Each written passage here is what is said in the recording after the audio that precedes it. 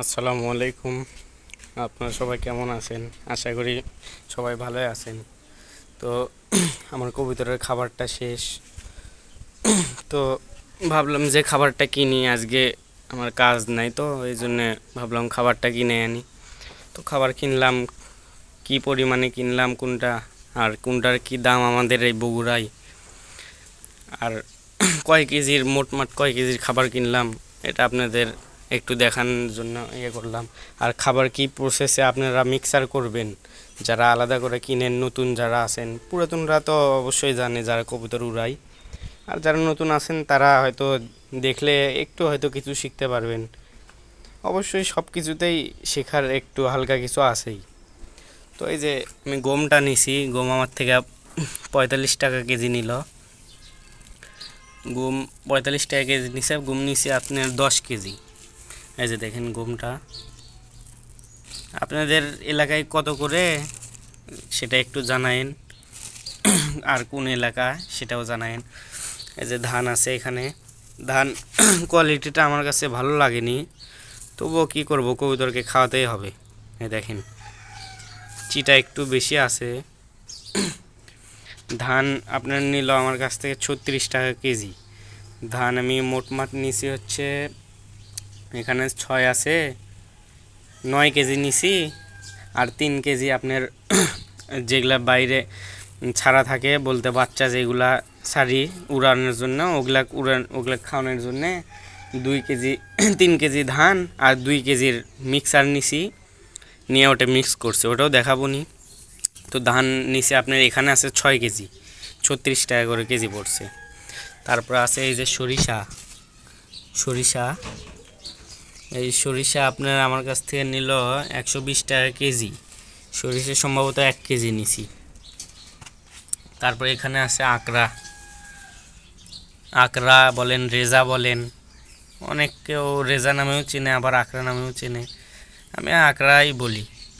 আকরা আমার কাছে নিল 80 টাকা কেজি। আকরা 1 কেজি নিছি। এখানে আছে সবুজ মটর, সবুজ মটর সম্ভবত ½ কেজি আছে, সবুজ মটর ½ কেজি আছে। এই যে সবুজ মটর,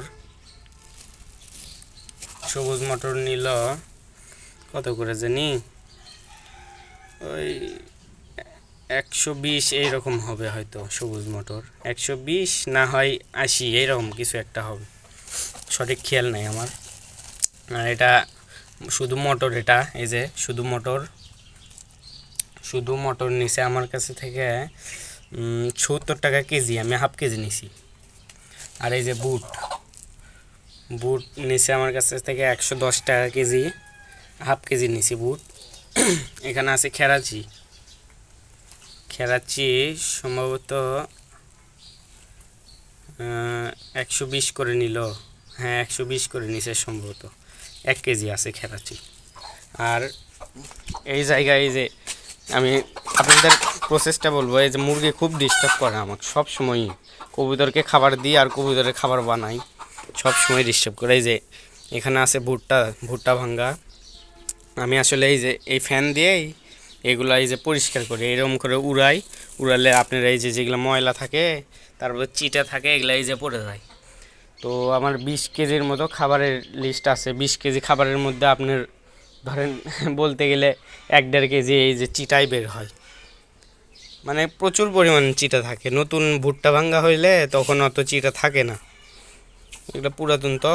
এই যে ফ্যান চালাই, ফ্যান চালাই এই যে এটা দিয়ে উপর থেকে এরকম করে ছাড়ি, আমি দেখাচ্ছি ভিডিও, সমস্যা নাই।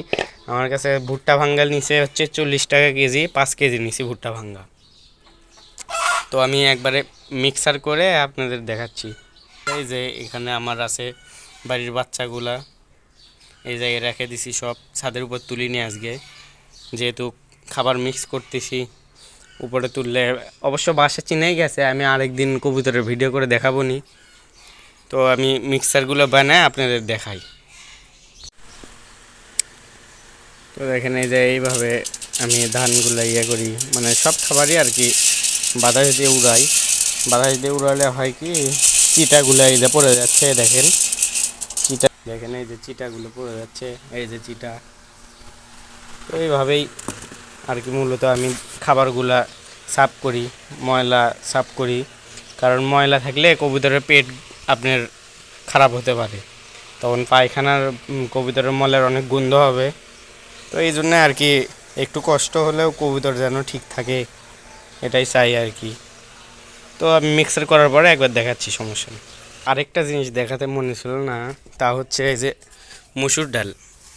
এই যে মসুর ডাল, এই মসুর ডাল আমার এক বড়ব্বার কাছে থেকে নিছি।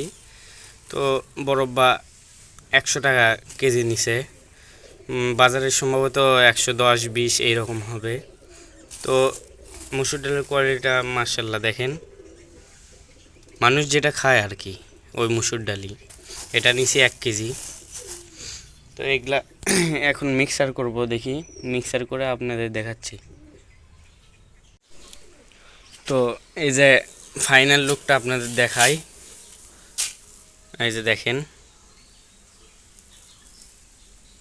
সব কিছুই আছে। মানে আমি আবারও বলতেছি যে এটা ব্রিডার কবুতরের জন্যে, মানে যে কবুতরগুলো শুধু বাচ্চা করবে ওই কবুতরের জন্য কিন্তু এই খাবার। এখানে এই যে বুট আছে, মটর আছে, সবুজ মটর আছে। এই বুট, মটর, সবুজ মটর যদি বাচ্চাকে খাওয়ায় কবুতর, তাহলে কিন্তু বাচ্চার গ্রোথ মাশাআল্লাহ অনেক সুন্দর হয়।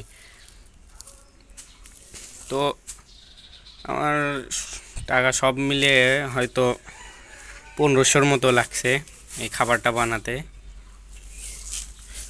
এই ধান, তারপরে এগুলা, তারপরে 2 কেজি মিক্সার কিনছি, মানে যেগুলা উড়াই ওগুলা উড়াবো সেগুলা খাওয়ানোর জন্যে। মানে সব কিছু মিলে আর কি 1500-র মতো পড়ছে। তো আপনাদের যদি ভালো লাগে খাবারের উপকরণগুলা, তাহলে আপনারা একবার ট্রাই করে দেখতে পারেন।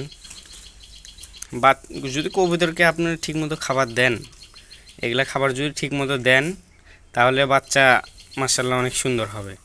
এখন আপনাদের ইচ্ছা কীরকমভাবে আপনারা বানাবেন, এর সাথে আরও কিছু অ্যাড করতে পারেন। এটা শীতের জন্যে, মূলত শীতের জন্যে এই খাবারটা। আমি গরমের জন্য অন্য আরেকটা বানাবো, গরম পড়ুক, গরমের জন্য আবার অন্য আরেকটা লিস্ট তৈরি করতে হবে, কারণ গরমের জন্য আলাদা খাবার লাগে, শীতের জন্য আলাদা। গরমে আমি ওই সরিষা অ্যাড করি না, শীতের মধ্যে এই সরিষাটা অ্যাড করি। গরমের মধ্যে আরও বাজরা অ্যাড করি, আরও অনেক কিছুই অ্যাড করি গরমের মধ্যে। তো বানালে দেখতেই পাবেননি। তো যদি ভালো লাগে তাহলে লাইক দিন, কমেন্ট করেন। এই যে এইগুলা খাবারের সাথে আপনার আমি আরেকটা জিনিস অ্যাড করি, ওটা হচ্ছে এই যে হাতা ধরে, হাতা বলি আমরা, আমাদের ভাষায় আমরা হাতা বলি, বগুড়ার ভাষায়। দাঁড়ান আমি দেখাই, 2-1টা থাকতে পারে। ওই যে দেখেন ঘুরতেছে, দেখতে পাচ্ছেন কি না সঠিক বলতে পারবো না, দেখেন ঘুরতেছে। ওই হাতাগুলা মানে যেন মরে যায়, এই জন্য আমি নিম পাতা ইউজ করি এর ভিতরে।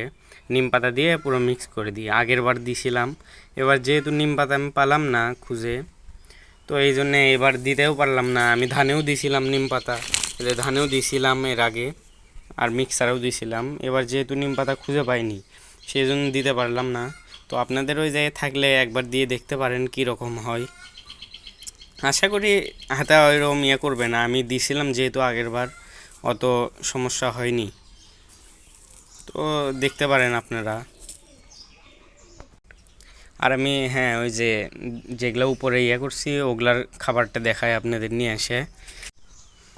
তো এই যে দেখেন উপরের ওগুলার খাবার, এই যে আর কি বুট টুট এগুলা নাই, মানে মিক্সারের সাথে ধান মিক্স করছি আর কি। এগুলাও ঝাড়ে নেওয়া খাবার, ওই যে বাতাস দিয়ে ঝাড়ে নিছি। দেখেন আপনার 3 কেজি ধানে 2 কেজি মিক্সার দিছি আমি, এই যে। তো যদি আপনাদের ভালো লাগে থাকে উপকরণগুলা, তাহলে একবার ট্রাই করে দেখতে পারেন। আর ভিডিওটা ভালো লাগলে একটা লাইক, কমেন্ট এবং শেয়ার করতে পারলে করবেন। তো আজকে এই জায়গাতেই বিদায় নিই, সবাই থাকেন, আসসালামু আলাইকুম।